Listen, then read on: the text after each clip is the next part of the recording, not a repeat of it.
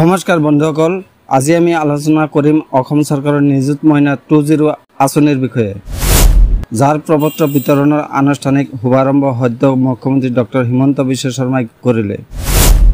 এই আঁচনি অসমৰ লাখ লাখ ছাত্ৰীৰ বাবে এক আশাৰ বতৰা হৈ আহিছে। মুখ্যমন্ত্ৰীয়ে আজি এক বিশেষ কাৰ্যসূচীৰ জৰিয়তে আনুষ্ঠানিকভাৱে এই আঁচনিৰ অন্তৰ্গত প্ৰপত্ৰ বিতৰণ আৰম্ভ কৰে।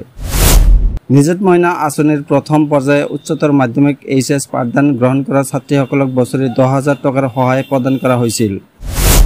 কিন্তু এইবাৰ নিযুত মইনা 20ৰ অধীনত আৰম্ভ হ'ল কলেজ আৰু বিশ্ববিদ্যালয়ৰ অধ্যয়ন কৰা ছাত্ৰীসকলৰ বাবে। স্নাতক স্তৰৰ ছাত্ৰীসকলক বছৰি 12,500 টকা, স্নাতকোত্তৰ পোষ্ট গ্ৰেজুৱেট স্তৰৰ ছাত্ৰীসকলক বছৰি 15,000 টকা দিয়া হ'ব বুলি ঘোষণা কৰা হৈছে। লক্ষ্য, শিক্ষাৰ বাবে অৰ্থনৈতিক সহায়। এই আঁচনিৰ মূল উদ্দেশ্য হৈছে ৰাজ্যৰ ছাত্ৰীসকলক উচ্চ শিক্ষালৈ উৎসাহিত কৰা আৰু তেওঁলোকৰ শিক্ষা অৰ্হতা আগবঢ়াই লৈ যোৱা। মুখ্যমন্ত্ৰীয়ে কয়, অসমৰ যিকোনো ছাত্ৰী উচ্চ শিক্ষা ল'বলৈ ইচ্ছুক হ'লে অৰ্থৰ অভাৱত পিছ পৰিব নালাগে।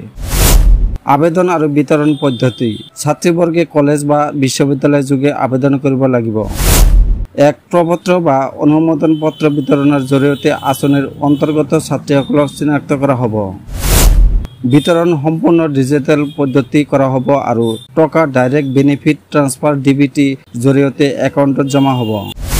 কেতিয়াৰ পৰা ধন পোৱা যাব? মুখ্যমন্ত্ৰীয়ে স্পষ্টকৈ উল্লেখ কৰিছে, 2025-26 শিক্ষাবৰ্ষৰ প্ৰথম ভাগতে এই আঁচনিৰ ধন বিতৰণ আৰম্ভ হ'ব।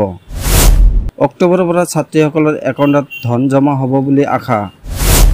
এই আঁচনিৰ জৰিয়তে বহু দৰিদ্ৰ আৰু প্ৰান্তিক পৰিয়ালৰ ছাত্ৰীসকলে উচ্চ শিক্ষা অব্যাহত ৰাখিব পাৰিব।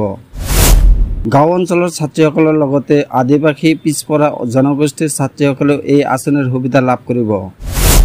মুখ্যমন্ত্ৰীয়ে কয়, এই আঁচনি হৈছে অসমক এগৰাকী শিক্ষিত, শক্তিশালী আৰু আত্মনিৰ্ভৰ গঢ়ি তোলাৰ দিশে এটা গুৰুত্বপূৰ্ণ পদক্ষেপ। বন্ধুসকল, নিযুত মইনা 20 আঁচনিৰ এই শুভাৰম্ভ বহু ছাত্ৰী আৰু পৰিয়ালৰ জীৱনত এক নতুন আশাৰ দিগন্ত খুলিছে। আপোনালোকৰ মাজতো যদি এই আঁচনি লাভ লোৱাৰ যোগ্যতা থকা ছাত্ৰী থাকে, তেন্তে নিশ্চয় কলেজৰ জৰিয়তে যোগাযোগ ৰাখিব। এই বিষয়ে আপুনি কি ভাবে? আপোনাৰ মতামত মন্তব্যত জনাব। এই ভিডিঅ'টো ভাল লাগিলে লাইক, শ্বেয়াৰ আৰু ছাবস্ক্ৰাইব কৰিব। ধন্যবাদ।